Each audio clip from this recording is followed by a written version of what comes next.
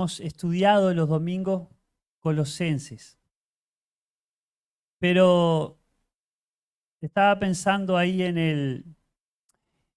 el capítulo 2 de Colosenses, unos versículos que ya lo han estado trabajando, ¿no? Pero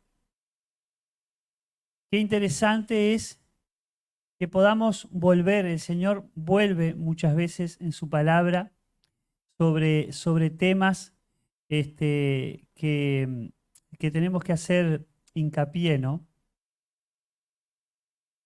Y a veces escuchamos de algunas congregaciones que me ha llamado la atención el, el tema de los mensajes, porque la forma es una cosa, ¿no? La forma, la liturgia que decimos en cada congregación.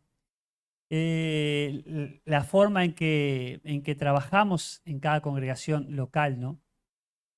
Y una vuelta escuché de una congregación conocida, que no sé si todavía lo trabajan así, el tema de los mensajes, ¿no?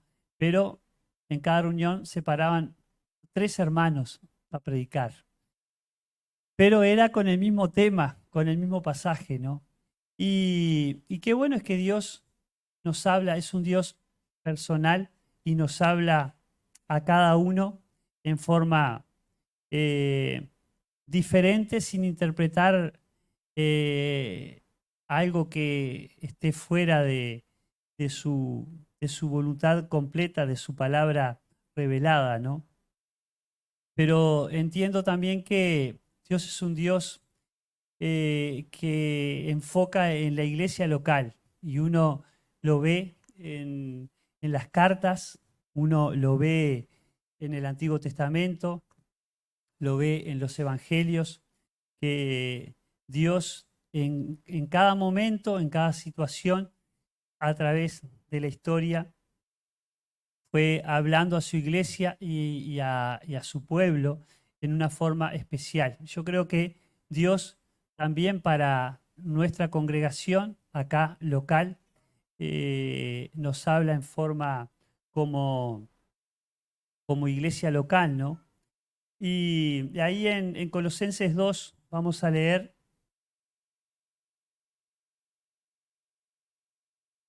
desde el versículo 1 hasta el versículo 3. ¿Alguien que lo pueda leer, que agarre el micrófono acá? Porque quiero que sepáis cuán gran lucha sostengo por vosotros y por los que están en la Odisea, y por todos los que nunca han visto mi rostro, para que sean consolados sus corazones, unidos en amor, hasta alcanzar todas las riquezas de pleno entendimiento, a fin de conocer el misterio de Dios el Padre y de Cristo, en quien están escondidos todos los tesoros de la sabiduría y del conocimiento. Muy bien, gracias Fernando. Voz de locutor ahí clarito. Entonces acá vemos al apóstol Pablo con un anhelo verdadero, ¿no? ¿Qué anhelos tenemos nosotros como hijos de Dios, ¿no?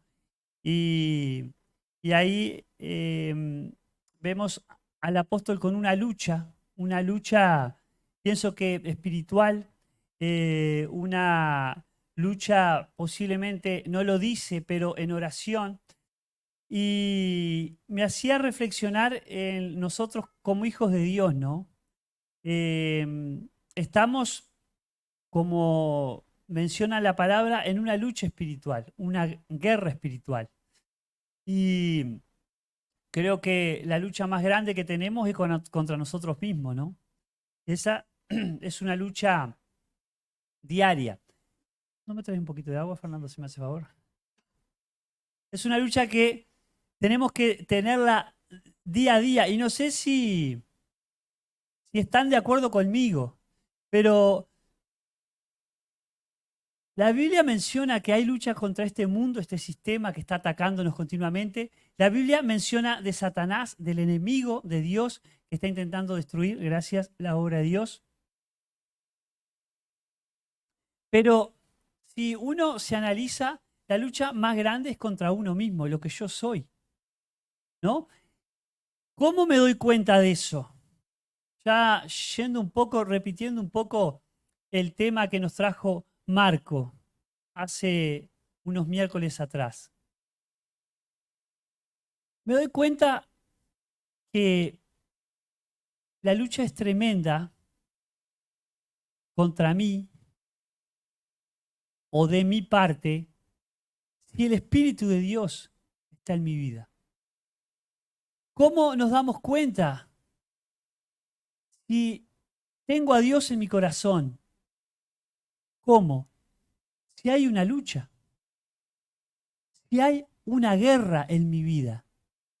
¿Cuál es la guerra? Acá la lucha del apóstol, la guerra era por los hermanos.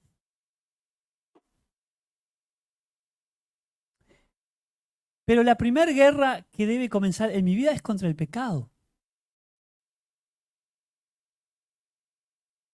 Porque la oración que el Señor tenía era que fuéramos convencidos de nuestro pecado, de, de la justicia de Dios que estamos condenados, del juicio de Dios en el infierno para el ser humano sin Cristo. Perdón. Entonces, esa lucha tremenda contra mí es la primera que debo notar. Si el Espíritu de Dios, Dios te ha salvado, el Espíritu de Dios ha entrado a vivir en ti. Y después que el Espíritu de Dios ha vivido en mí, tengo que anhelar tener una comunión íntima con el Señor, pelear, porque yo, el Sergio Rodríguez, no quiere nada con Dios. Oh, Orche, ¿qué estás diciendo? Nos vamos todos de acá. Pero yo no quiero nada de Dios. Es Dios que empezó a trabajar en mi vida para llevarme a su presencia, para que lo busque, para que el peso en mi vida no sea mis cosas personales, sino la iglesia de Cristo, la obra de Dios.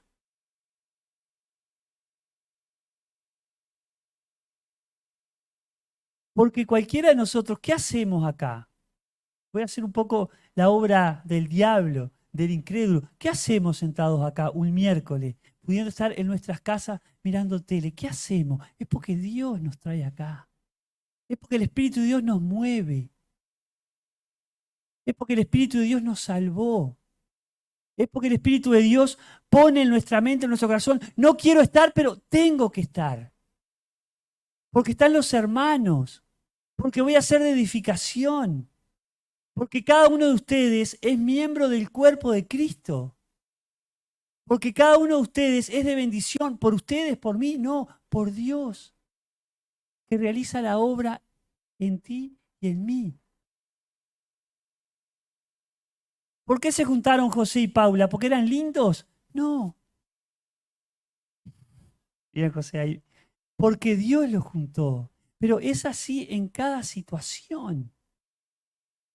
Estamos acá porque Dios nos trajo. Estamos acá porque Dios tiene un plan y un propósito contigo y conmigo. ¿Para qué? Para que la obra de Dios se desarrolle, para que los hermanos crezcamos juntos en el conocimiento de Dios, para que entendamos cuál es el propósito y el plan de Dios en nuestra vida, que Dios nos salvó para buenas obras. ¿Por qué la iglesia se ha desarrollado? Porque está trabajando en cada uno de nosotros, porque Dios está obrando para que las personas sean salvas, porque Dios nos está dando sabiduría, conocimiento, para que juntos avancemos hacia lo que Él quiere. Pero si cada uno de nosotros mete la cuchara, como decimos acá en nuestro país, podemos romper lo que Dios está queriendo hacer.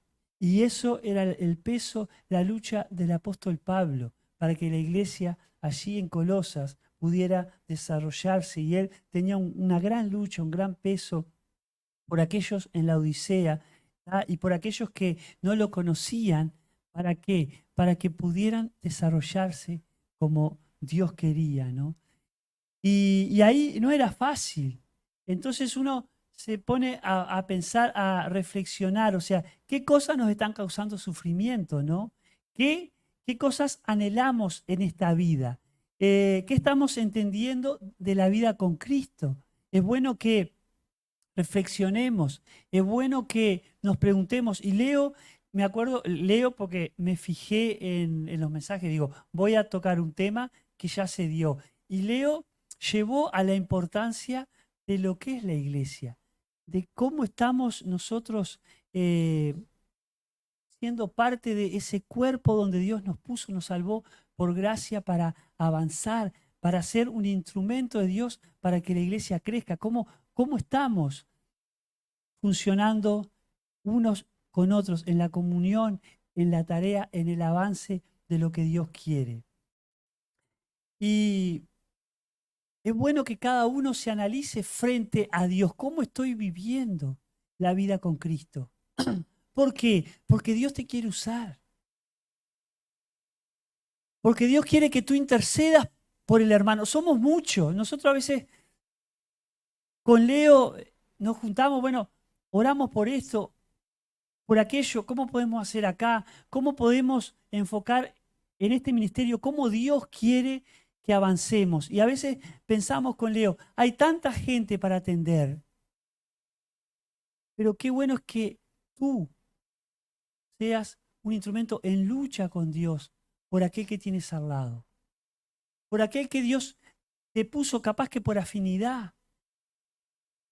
El Espíritu Santo va a trabajar en ti, aquel adolescente, aquel joven, lo que nos decía Marco, ¿cuántos gurises hay que no tienen a Cristo? Orar por esa persona específica, con carga, con peso. Aquel joven, aquella mamá, aquel papá, aquel abuelo que está viniendo. No me digas que no tienes por quién orar. Muchas veces tenemos que confesar, no estamos orando con ese peso y lucha por aquellos que están escuchando la palabra. Y el apóstol la tenía. ¿Por qué cosas estoy sufriendo? ¿Qué cosas estoy anhelando? ¿Estoy entendiendo de la vida con Cristo? Esa es la pregunta que tengo que hacer. Bueno, ahí está. Bueno, el Señor quiere trabajar, ¿no? Y aquellos, ahora que menciona Cecilia, ¿no? Que estamos por gracia en un liderazgo, en un ministerio. Así sea agarrando una escoba y limpiando el salón, que es muy importante eso. Porque muchas veces nos gustan otros ministerios, pero si tenemos que agarrar la escoba, no la agarramos. ¿Eh? ¿Solo para qué? Para volar, como dice Leo, haciendo el chiste, ¿no?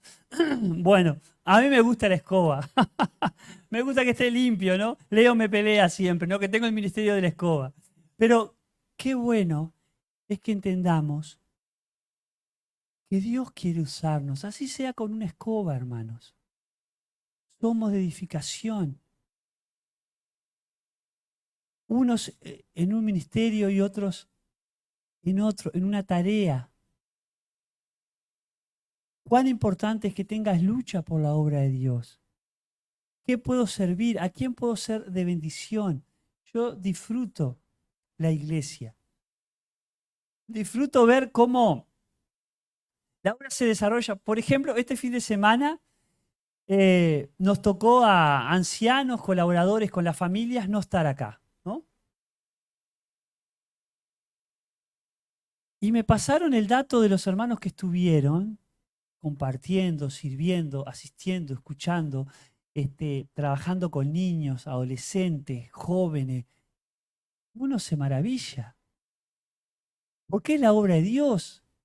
A veces le comento a algún hermano, si un día, no sé, el Señor quiere que estemos en otro lugar sirviendo con mi señora, y la iglesia deja de funcionar, quiere decir que mi trabajo, mi servicio a Dios no dio resultado, falló. Porque si yo intento apoyar la obra de Dios en mí, es un fracaso en mi vida. La obra de Dios debe ser apoyada en Cristo. Cristo debe ser el centro. Cristo debe ser la motivación para que tú sigas al Señor, no una persona. Está en la palabra, mencionando que no podemos tener favoritismo, inclinación sobre un hermano u otro. No, Cristo tiene que movernos. Se sabe que tenemos más afinidad con un colaborador, con un anciano, con otro. Eso está bien y tú tienes más confianza de ir a consultar a un colaborador, a un anciano, una hermana. Está bien, pero que el peso de la obra en mi corazón sea mostrar a Cristo, llevar a las personas a Cristo. Que sea Cristo el que me mueva, que sea Cristo el que me transforme, en que me cambie. Entonces la iglesia va a crecer, la iglesia se va a desarrollar. Si cada uno de nosotros luchamos por la obra de Dios, para que el que se vea sea Cristo, para que el conocimiento, la sabiduría, el poder en el caminar diario nuestro sea en Cristo. Y eso es lo que el apóstol luchaba por allí, por los que estaban en la Odisea y por algunos que no le conocían. Qué bueno es que no conocemos muchos hijos de Dios en Uruguay. Muchos sí conocemos, pero depende de gente que no tiene tanta oportunidad de salir, de estar en comunión. Pero orar. ¿Cuántos conocen? Levanten la mano, ¿cuántos conocen al hermano Beto que orábamos? Levanten la mano. 5, 4, 5, 6. Qué bueno es que tú puedas interceder por el hermano Beto. Qué peso, qué lucha tenemos que tener por aquellos que están en necesidad. Ya te dijo Fernando, un hermano que se casa en Cristo con la hermana que había perdido a su esposo caído de un techo trabajando en construcción. Los bebés, niños chiquitos, el Señor forma una familia. Al hermano le viene una enfermedad tremenda en el pulmón. Qué tremendo, sin respirar casi, dependiendo de oxígeno. Hace un tiempo, no hace un año, ya con los chicos adolescentes, donde los criaron, la hermana es atropellada por un ómnibus en Montevideo de Cutsa. Es para decir, no, ¿qué va a existir Dios? Ahora, compartía hace poco con un hermano por una situación vehicular. Bueno, ahora estoy pensando que se han dado varias situaciones vehiculares en estos días, ¿no? Pero a veces uno se descoloca ante situaciones que nos pasan. Pero ¿cuánto han atravesado otros que es para rebelarse contra Dios? Y al contrario, en esa lucha, en esa carga, ese peso por situaciones que pasamos, se agarran de Dios. Y era lo que quería el apóstol Pablo, que entendamos que Cristo no se mueve. Muchas cosas pueden movernos el piso, pero Cristo no se mueve. Y para estos hermanos que han pasado por situaciones dolorosas, ¿no? En el tránsito, Dios es el que conduce, Cristo es el que maneja. Fernando. Recientemente, de que conozcamos a los hermanos o no, dice la palabra que debemos orar unos por otros. O sea, yo en cada oración de mañana, no quiero ganarme mérito con esto porque toda la gloria y la honra para Dios, pero yo pido por todos los hermanos a nivel mundial que tienen problemas de salud y tal vez hayan personas que no conozco personalmente, pero le pido a Dios por su vida. O sea, independientemente de, por ejemplo, cuando se oraba por el hermano Beto, nunca en mi vida lo había visto hasta que creo que pusieron una foto. Y uno tiene que tener ese sentir que dicen la palabra, orar uno por otro, porque si bien estamos acá, la iglesia mundial es un solo cuerpo y la cabeza de Cristo. Y algo que siempre me decía Leo y me quedó marcado que decía, tenemos que tener amor por las vidas. Si decimos que amamos a un Dios que no vemos y a la persona que tengo al lado no la amo, quiere decir que algo en mí está fallando. Exactamente ahí, el apóstol se reflejaba ese amor por las vidas de los hermanos en Cristo, ¿no? Eh, Te voy a leer ahí en Proverbios 15, que dice así, en los versículos 13 y 14. Proverbios 15, versículos 13 y 14. Dice, un corazón alegre hermosea el rostro, pero el dolor del corazón abate el ánimo. El corazón entendido busca la sabiduría, pero la boca de los necios se apacienta de necedad. Y este pasaje, ¿no? Porque nos muestra que hay muchas cosas que pueden pesarnos y cargar nuestra vida hoy y entristecernos, ¿no? Eh, pero si la motivación, la vida nuestra está apoyada en Cristo, eh, cambia todo alrededor nuestro, ¿no? Eh, Muchas veces durante el día cargamos con muchos pesares, sobre todo si no andamos cerquita de la comunión con el Señor. El pecado nuestro también nos pesa mucho, nos molesta. Entonces, eh, qué bueno es que ese dolor del corazón, como dice acá el, el proverbio, eh, no, no abata nuestro ánimo, ¿no? Sino que vayamos a Él buscando sabiduría, como oraba el apóstol Pablo, por una verdadera sabiduría, conocimiento del Dios verdadero, ¿no? Y bueno, como contrasta ahí con la boca de los necios, todo lo que hablamos que sea de edificación y que sea de crecimiento para los hermanos, ¿no? Allí el apóstol muestra, ¿no?, que el fin sea conocer completamente el misterio de Dios, Cristo mismo, ¿no? En quien están escondidos, dice, todos los tesoros de la sabiduría y del conocimiento. Que el valor nuestro lo encontremos en Cristo, porque va a ser de bendición para nuestra vida y para los demás. Es bueno que pensemos y reflexionemos a qué cosa le estamos dando valor, ¿no?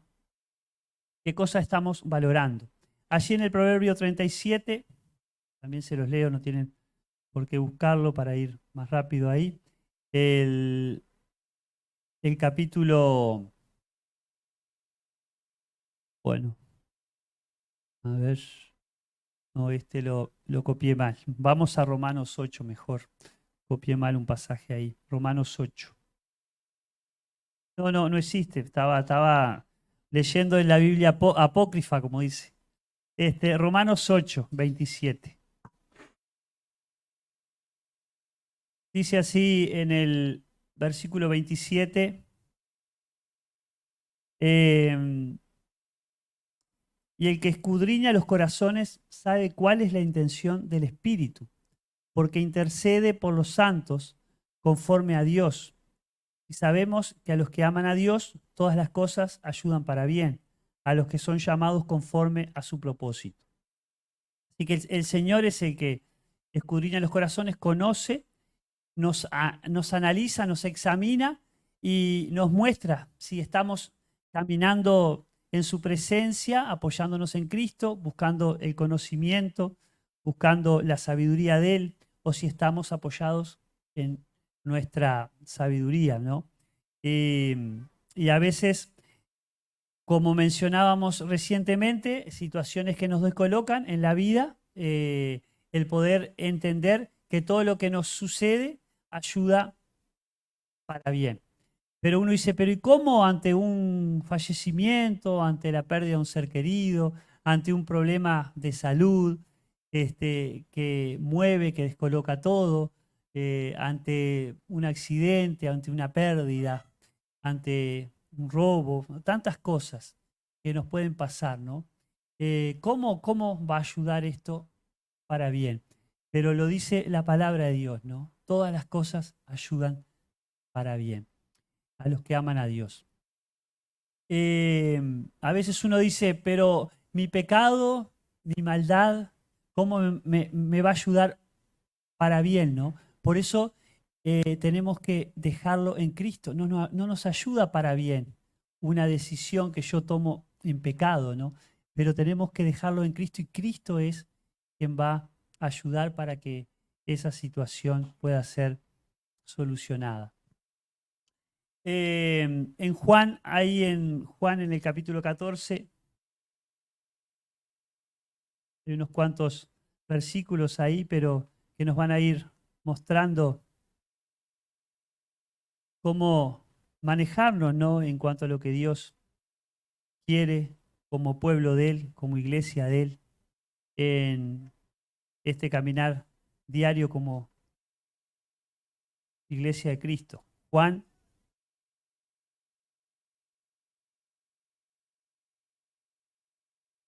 vamos a...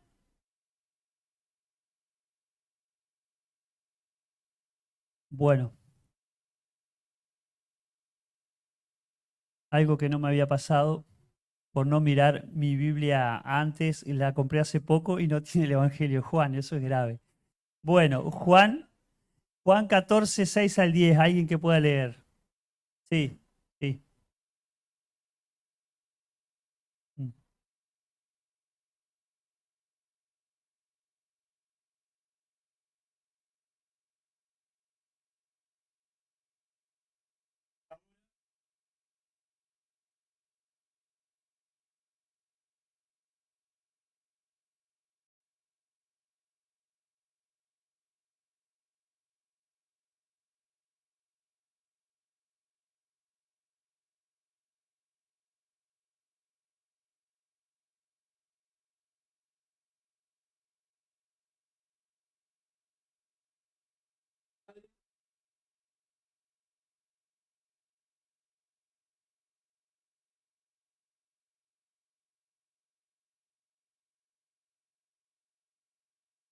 Muy bien, ahí clarito, ¿no? Lo que estaba pensando que voy a tener que hacer algún reclamo a los hermanos de Chile, o la compré en Chile esta. Este, ahí lo que está mostrando es que conociendo a Cristo, conocemos al Padre, ¿no? Y, y qué importante es que como iglesia eh, entendamos esa sabiduría de Dios que tenemos y ese conocimiento, ¿no? Que conocemos al Dios verdadero, ¿no? En lo práctico, en el día a día. Conocemos a través de Cristo quién es Dios, el único Dios nuestro, ¿no? Entonces, quería que leyeran ese pasaje ahí. Juan 8:19, ¿lo tienes ahí, Fernando? Yo creo que no te di el micrófono ahora, ¿no? ¿O sí? Está. Porque creo que no sale sin el micrófono, ¿no?